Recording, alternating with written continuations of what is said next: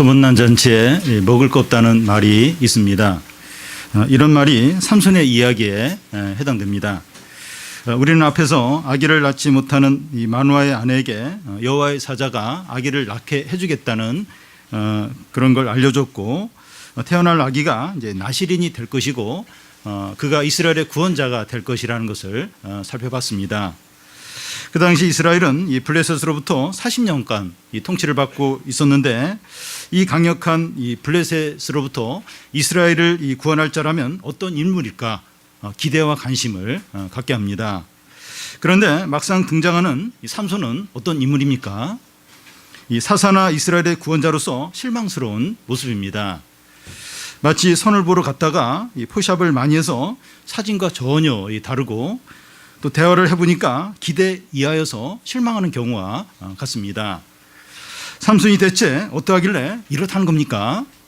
이 두 가지로 말할 수 있는데, 하나는 이방 여자와 결혼을 한 것이고, 다른 하나는 나실인의 규정을 어기는 겁니다. 그런데 더 놀라운 것은 하나님께서 이런 삼손에게 성령을 주셔서 그를 통해서 일을 하신다는 겁니다. 먼저 이방 여자와 결혼하는 삼손입니다. 1절에서 3절까지 한 절씩 교대로 읽겠습니다. 삼손이 딥나에 내려가서 거기서 블레셋 사람의 딸들 중에서 한 여자를 보고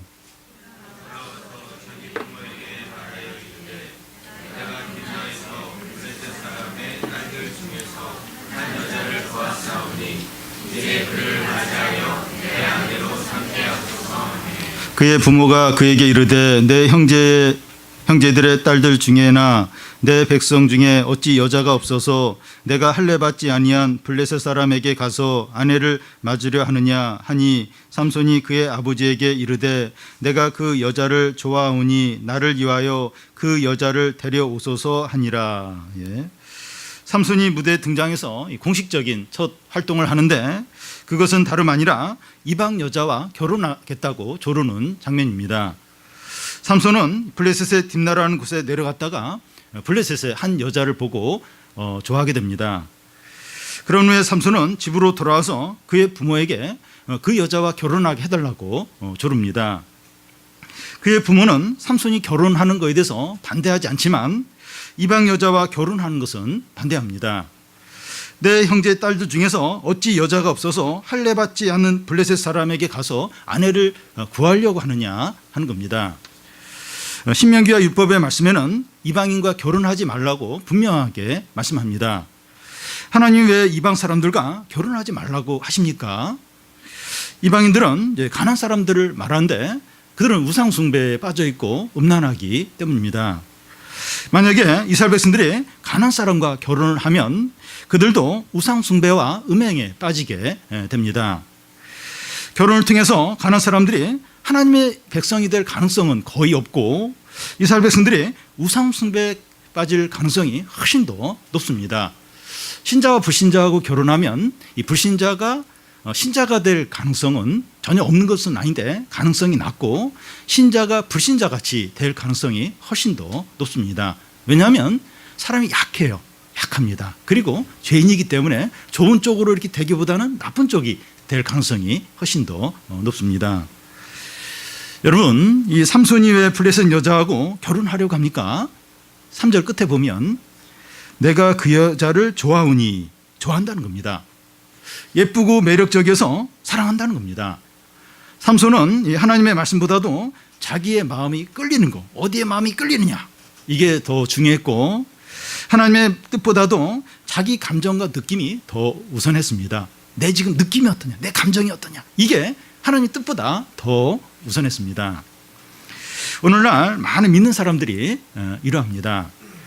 누구를 사귀거나 배우자를 생각할 때 신앙보다는 외모나 학벌이나 직장이나 재산을 더 우선합니다. 물론 그리스도인들도 이제 이런 걸 이제 봐야 하지만, 결정적인 것은 믿음이 어떠냐, 믿음이, 그리고 진실하냐 하는 것을 봐야 됩니다. 추가적으로 더 좀 본다면 이 분노와 열등감과 상처가 치료되었느냐, 치료되고 있느냐 하는 것을 봐야 됩니다. 아니 뭐 상처가 있고 또 뭐 열등감이 있는 사람 이렇게 결혼해서 좀 잘 이렇게 이렇게 변화시키고 치료하면 좋은 일 아니냐. 물론 이제 그렇죠. 근데 이게 결혼은 어떤 면에서 선택할 수 있잖아요. 그래서 할 수 있으면 그런 게 좀 치료가 되었거나 치료되는 과정에 있는 사람하고 결혼할 때 그 결혼이 더 이제 풍성할 수 있고 더 이제 이렇게 은혜로울 수 있다는 겁니다. 그러니까 그런 사람은 절대 결혼하면 안 된다. 그 사람은 절대 결혼하면 안 된다. 그런 의미가 아니라 결혼 어떻게 선택을 하는 거니까 이제 그렇게 좀 치료되었든지 이제 그런 사람을 또 이렇게 이제 그런 사람 그걸 이제 확인하는 게 좀 필요합니다. 그 외에 다른 것들은 얼마든지 양보를 할 수 있습니다. 뭐 키가 작다든지 또 뭐 연봉이 생각보다 낮다든지 뭐 다른 어떤 그런 건 얼마든지 이제 양보할 수 있습니다. 여러분, 이 삼손은 나스린이고 이스라엘의 구원자인데 율법을 어기면서 블레셋 여자와 결혼을 하려고 합니다. 이것이 보여주는 것은 선택을 받았다고 해서 의인이 아니라 죄인이라는 겁니다. 삼손은 선택을 받았죠. 그런데 보니까 의인이 아니라 죄인인 겁니다. 그런데 삼손의 이런 모습이 우리의 모습입니다. 우리도 예수를 믿어 거듭났지만 죄를 반복해서 짓습니다. 우리는 우리의 연약함과 불신함과 죄 짓는 모습을 인정하고 회개합니다. 우리는 이 말씀을 가까이 해야 돼요. 제한된 삶을 살아야 되고 은혜를 구하면서 우리를 구하면서 살아야 됩니다. 왜냐하면 이 하나님 자녀가 됐지만 예수님 믿지만 계속 이제 죄의 유혹을 받기도 하고 그래서 제한된 삶을 살아야 되고 또 이렇게 말씀을 자꾸 가까이 하려고 하고 자꾸 은혜를 구하면서 살아야 합니다. 삼손의 실망스러운 또 하나의 모습은 나시린의 규정을 어긴 겁니다. 나시린이 지켜야 할 규정이 뭡니까? 이 포도주와 독주를 마시지 않고 부정한 것을 만지지 않고 또 머리를 깎지 않는 겁니다. 그런데 삼손이 부정한 것을 만지는 그런 죄를 이제 짓게 됩니다. 삼손과 그의 부모가 여자를 보기 위해서 블레셋 뒷나로 내려가는 길에 삼손과 그의 부모가 잠시 조금 거리를 두고 삼손이 조금 뒤쪽에서 따라간 적이 있는 것 같습니다. 그때 삼손에게 사자가 나타나게 되는데 삼손이 그 사자를 이제 죽입니다. 그런 후에 삼손이 그의 부모와 함께 이제 결혼식에 가기 위해서 다시 이제 한번 블레셋 뒷나로 내려가게 되는데 전에 자기가 죽인 사자가 생각이 나서 삼손이 그곳에 다시 이제 가보게 됩니다.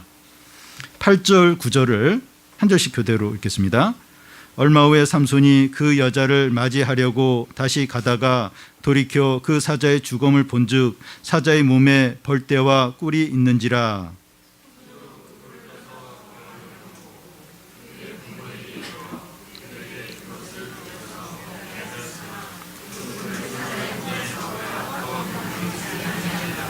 네, 이 팔레스타인 지역은 덥고 건조하기 때문에 짐승이 죽으면 바로 썩는 게 아니라 이 나무 토막처럼 마른다고 합니다.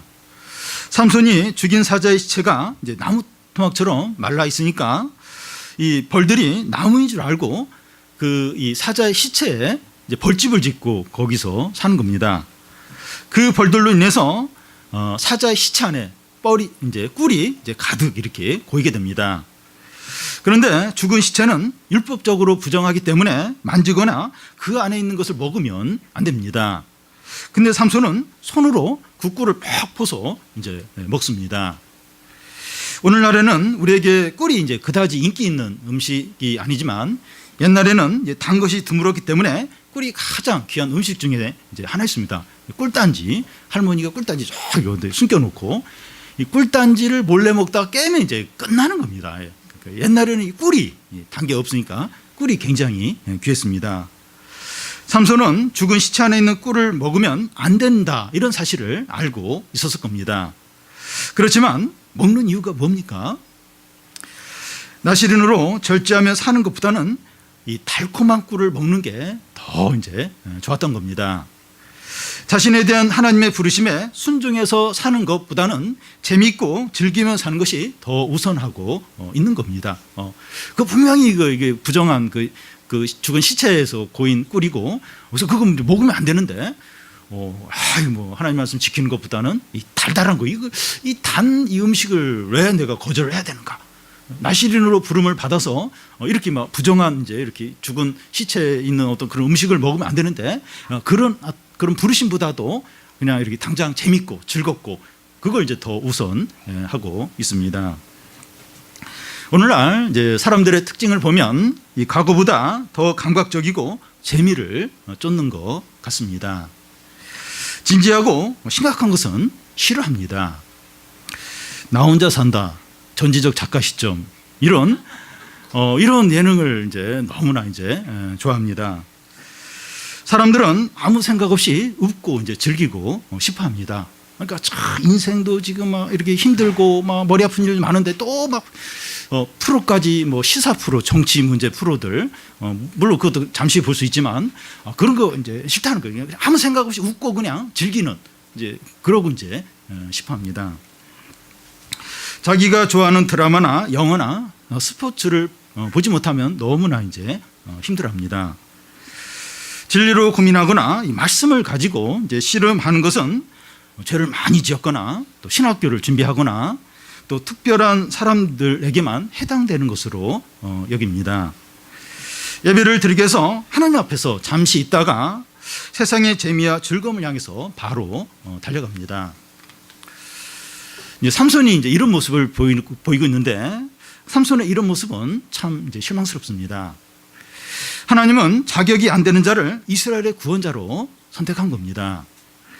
그런데 이것은 하나님 일하시는 원리이기도 합니다. 하나님은 사람을 선택할 때 먼저 그의 인격과 됨됨이를 보고 선택하시지 않습니다. 이것에 대한 좋은 예가 이제 창세기에 나오는 에서와 야곱입니다. 에서와 야곱이 어머니 리브가의 뱃속에 있을 때 하나님이 내가 큰 자가 이제 하나님께서 이제 그 두 아기, 엄마의 뱃속에 있는 두 아기에 대해서 큰 자가 작은 자를 섬기리라 이렇게 말씀합니다. 그에게 뭔가 하면 내가 형 에서를 버리고 야곱을 선택한다 하는 그 의미입니다. 그러니까 에서와 야곱이 태어나서 어떻게 사는가, 애가 머리가 좋은가, 얼마나 착한가 이런 걸 보고 선택을 하는 것이 아니라 그냥 엄마 뱃속에 있을 때 뭘 선악을 행하기 전에 내가 누구는 버리고 누구는 선택한다 이렇게 하시는 겁니다. 그와 같이 우리가 구원을 받고 하나님의 자녀가 되는 것도 은혜 때문이지 남보다 나은 것이 있어서가 아닙니다. 그래서 우리가 실패하고 넘어졌더라도 다시 십자가 은혜를 붙들고 주님께 나아가는 겁니다.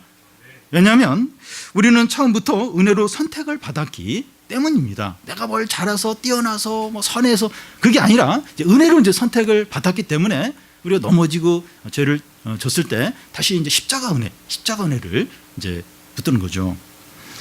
혹 죄를 지었더라도 그것 때문에 하나님으로부터 멀어지는 것이 아니라 회개하고 더 적극적으로 주님께 나와야 됩니다. 그래 내가 죄인이지, 내가 좀 이렇게 믿음으로 이제 좀 살았는데 내가 참 약하지, 죄인지. 근데 또 넘어졌구나. 이제 회개하고 그래서 주님이 나를 위해서 십자가에 죽으셨구나. 그냥 거저 은혜로 나를 부르셨구나. 그걸 생각하고 더 이제 하나님께 나아가죠. 더 하나님께 은혜를 구해야 됩니다. 우리가 지금까지 살펴본 이 삼손의 모습은 이 하나님이 그를 선택하신 목적과 맞지 않습니다. 사람이 만약 이제 삼손을 이렇게 선택을 했다면 중간에 버렸을 거예요. 그러나 하나님은 삼손을 어떻게 하셨습니까? 4절을 보면 그때 블레셋 사람이 이스라엘을 다스린 까닭에 삼손이 틈을 타서 블레셋 사람을 치려 함이었으나 그의 부모는 이 일이 여호와께로부터 나온 것인 줄을 알지 못하였더라. 여기 보면 삼손이 블레셋을 치려고 위장 결혼을 한 것으로 나옵니다. 그런데 블레셋을 치려고 하는 자는 삼손이라기보다는 하나님으로 보는 게 옳습니다. 왜냐하면 삼손이 틈을 타서 하는 말에 히브리어 원어를 보면 여호와께서 틈을 타서 한 것으로 되어 있기 때문입니다. 삼손은 이방 여인을 사랑하여 죄를 짓고 있지만 하나님은 그런 삼손의 불신앙을 통해서 하나님의 뜻을 이루려고 하신 겁니다. 삼손은 이방 여인의 외모를 보고 결혼하려고 하는데 하나님은 그런 삼손을 통해서 블레셋을 치는 기회로 삼고 있습니다. 하나님은 이스라엘을 구원하는데 삼손을 사용합니다.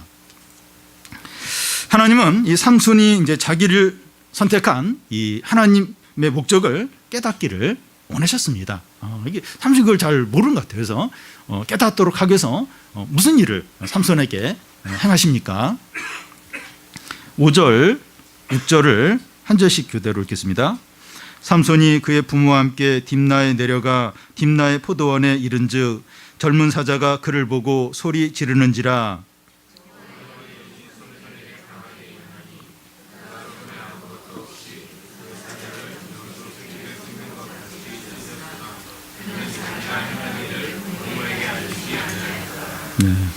삼손과 그의 부모가 블레셋의 신부를 보기 위해서 내려갈 때 아마 이제 그 삼손이 이제 그 부모들부터 약간 뒤쪽에서 따라왔던 것 같습니다. 딥나의 포도원 가까이에서 이제 젊은 사자가 이제 삼손에게 나타나서 덤비려고 합니다. 여기서 젊은 사자라고 하는 것은 사자 보면 이제 이 뒷머리에 이제 갈기가 있는데 이제 이 젊은 사자는 갈기가 충분히 안 나온 이제 그런 이제 사자를 가리킵니다. 그러니까 사자가 이제 나이가 들고 어른이 되면 갈기가 막 이게 그 뒤에 털이 많이 나오는데 이 젊은 사자는 다 자랐지만 성장했지만 이제 갈기가 충분히 나오지 않는 그런 이제 상태를 가리킵니다. 그런데 그 젊은 사자도 이미 클 대로 다 컸고 힘이 세고 그리고 막 인정사정 없는 그런 이제 그런 왕성한 그런 사자를 가리킵니다. 청년 사자가 삼손에게 덤비려고 하자 여호와의 성령이 삼손에게 크게 임합니다. 그러자 삼손은 젊은 사자를 염소새끼 찢듯이 찢어서 죽입니다. 그러니까 뭐 칼이나 뭐 이렇게 그런 게 있는 게 아니에요. 맨손으로 어린 염소새끼를 찢듯이 그 젊은 사자를 찢어버립니다. 이건 아무리 힘센 사람, 아무리 싸움이 잘한 사람도 불가능한 일이에요. 어떻게 그러니까 인터넷에서 이제 동물의 왕거 이런 걸 이렇게 그런 게 나오는데 한번 보십시오. 그 사자가 이렇게 막 이 들소 공격하고 이런 거 보면 그런 사자를 그냥 맨손으로 찢는다는 건 이건 뭐 하나님의 능력과 성령의 능력 아니면 불가능하죠. 근데 삼손이 성령이 충만 임하면서 이 젊은 사자를 염소 새끼를 찢듯이 확 찢어서 이제 죽입니다. 그 당시에는 오랫동안 이스라엘 안에 성령의 역사가 없었습니다. 그런데 강력한 성령의 역사가 삼손에게 나타났습니다. 이건 굉장히 귀한 일이에요. 굉장히 놀라운 일입니다. 이 일이 삼손에게 어떤 의미가 있었을까요? 하나님이 나와 함께 하시는구나. 하나님의 능력이 엄청나구나. 하나님이 나를 이스라엘의 구원자로 부른 게 사실이구나 하는 것을 깨닫는 기회였습니다. 너무나 감사하고 이 삼손의 믿음이 새로워지는 기회였습니다. 우리는 이런 것을 볼 때 하나님이 우리와 얼마나 다르고 은혜가 얼마나 풍성한가 하는 것을 생각하게 됩니다. 삼손은 하나님께 신실하지 못했지만 하나님은 신실하세요. 삼손은 자격이 안 되었지만 하나님 그에게 성령을 부으셨습니다. 하나님 우리에게도 이렇게 하십니다. 우리는 하나님과의 관계에서 게으르고 성실하지 못하고 믿음이 없을 때가 많습니다. 우리는 중요한 어떤 일을 앞두고 그동안 믿음으로 살지 못한 게 생각이 나면서 하나님께서 혹시 벌 주시면 어떻게 하지? 그러면서 염려할 때가 있습니다. 어떤 중요한 시험을 앞두거나 중요한 계약을 앞두고 있거나 어떤 중요한 일을 앞두고 과거에 막 자신의 죄와 또 그동안 믿음으로 살지 못한 게 생각이 나면서 하나님이 이 지금 중요한 일을 앞두고 그냥 벌을 주시면 어떨까? 그러면서 막 걱정이 될 때가 있습니다. 그런데 하나님은 우리가 행한 대로 보응하지 않고 은혜를 베푸실 때가 자주 있습니다. 그래서 너무 은혜를 베풀어 주셔서 내가 그렇게 죄를 지은 게 아니었나? 불신앙으로 산 게 아니었나? 그러니까 이렇게 하나님이 복을 주셨지. 그렇게 할 정도로 그 전에는 막 굉장히 두려워 떨면서 걱정을 했는데 은혜로 이렇게 풍성하게 채워주실 때가 얼마나 많은지 모릅니다. 하나님은 우리와 같지 않습니다. 신실하시고 은혜가 풍성하시고 오래오래 참으십니다. 하나님은 자신의 이름을 위해서 일하시는데 이게 얼마나 감사한 일인지 모릅니다. 내가 좀 잘하고 내가 착한 거 그걸 보시면서 이렇게 하시면 이게 좋을 것 같은 그런 생각이 들 때가 있는데 그렇게 하지 않고 하나님의 이름을 위해서 일하신다. 자신의 이름을 걸고 일하신다. 이게 얼마나 감사한 일인지 모릅니다. 왜냐하면 내가 막 이렇게 막 무너지고 막 함부로 살고 욕심으로 살 때 그때도 이제 하나님 자신의 이름을 위해서 아주 신실하게 은혜를 이제 베푸시니까 하나님이 자신의 이름을 위해서 일하신다는 게 얼마나 감사한지 모릅니다. 그래서 우리는 하나님의 사랑과 은혜를 빨리 할 수 있으면 빨리 깨닫고 회개하고 하나님께 돌아와야 됩니다. 빨리 해야 됩니다. 하나님은 삼손에게 또 한 번의 성령의 능력을 허락합니다. 이 삼손과 그의 부모는 블레셋 딥나에 가서 이제 결혼 잔치에 참여하게 되는데 장이 되는 그 블레셋 사람이 삼손에게 블레셋 남자 30명을 붙여 주어서 삼손의 이제 들러리가 이제 되게 합니다. 이제 결혼식 할 때 보면 이제 들러리가 있잖아요. 들러리, 신랑 들러리, 신부 들러리. 그러니까 이제 삼손이 블레셋에 가서 이제 결혼하니까 이스라엘 친구들이 그곳에 없고 하니까 그 장인이 이제 블레셋 남자 30명을 이제 삼손의 들러리로 이제 붙여줍니다. 그때 삼손이 이제 블레셋 사람들에게 수수께끼를 냅니다.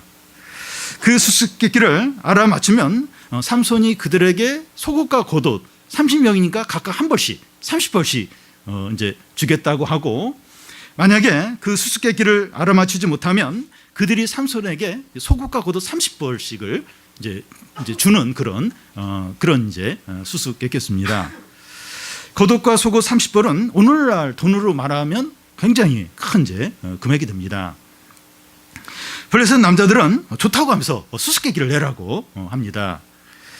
삼손은 말하기를 강한 자에게서 단 것이 나오고 먹는 것에서 먹는 것이 나오는 게 무엇이냐 이렇게 수수께끼를 냅니다.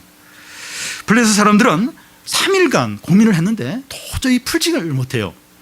그러니까 그 삼손이 어떤 이게 성령의 어떤 하나님 은혜 가운데서 경험한 건데 이렇게 사자 죽은 시체 안에서 이제 꿀을 그걸 이제 수수께끼를 낸 건데 그걸 그들이 어떻게 알겠어요? 3일간 고민하는데 도저히 이제 모르겠는 겁니다. 그래서 그들은 삼손의 아내에게 가서 너희가 우리 재산을 빼앗으려고 우리를 불렀느냐? 들러리를 불러서 그 신랑이 수수께끼를 내서 이거 못 맞추면 옷을 내놔야 되니까 지금 우리 재산을 빼앗으려고 지금 이 결혼잔치에 불렀냐? 만약에 그 수수께끼의 답을 알려주지 않으면 너와 너의 아비의 집을 불살라버리겠다고 위협합니다. 삼손의 아내는 삼손에게 수수께끼의 답을 묻습니다. 그 뭐냐고. 근데 삼손이 이야기를 안 해주죠.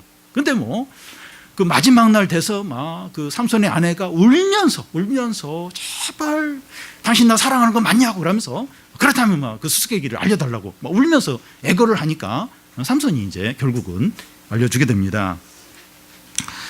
잔치 마지막 날 이 들러리 30명이 이제 삼손에게 말하되 무엇이 꿀보다 달며 무엇이 사자보다 강하겠느냐 하면서 수수께끼 답을 이야기합니다.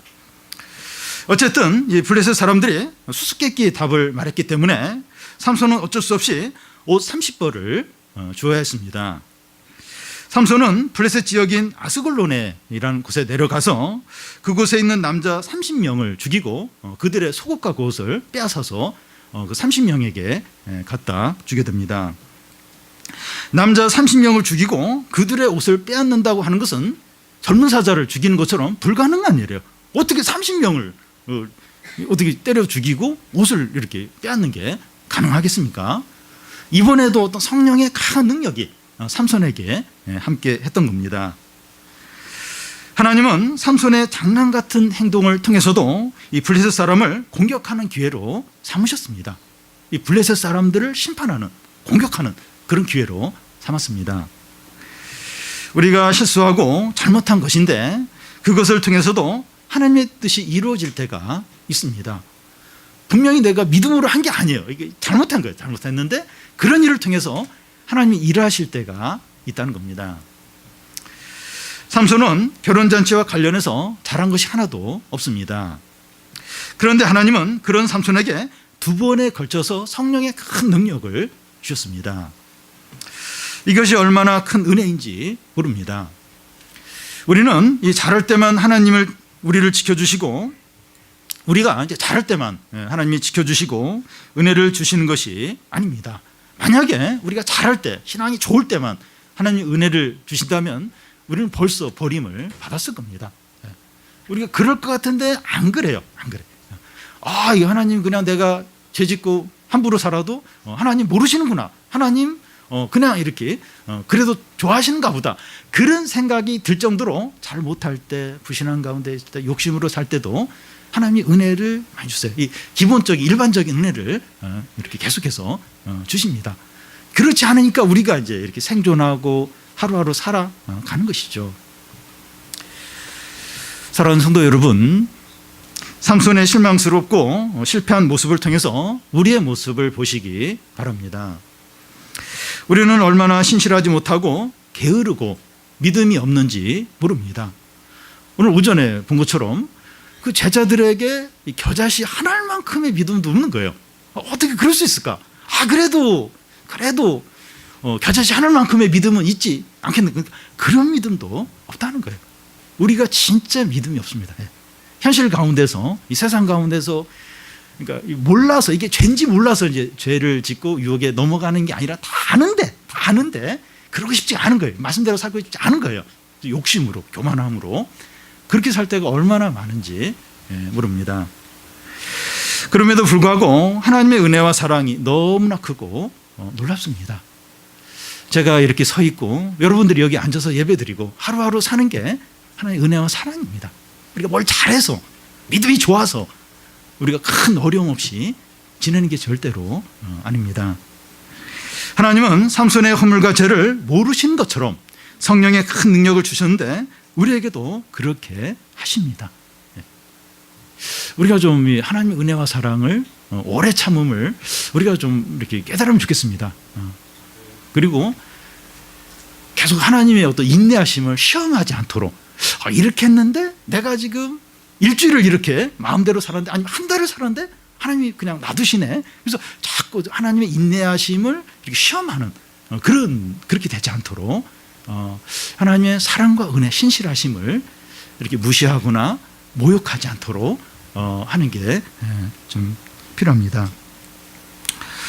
이 시간 우리의 부끄러운 모습을 그대로 인정하고 회개하고 신실하시고 은혜가 풍성하신 주님께 다 돌아오고 주님과의 관계를 회복하는 우리 성도들이 되시기를 바랍니다.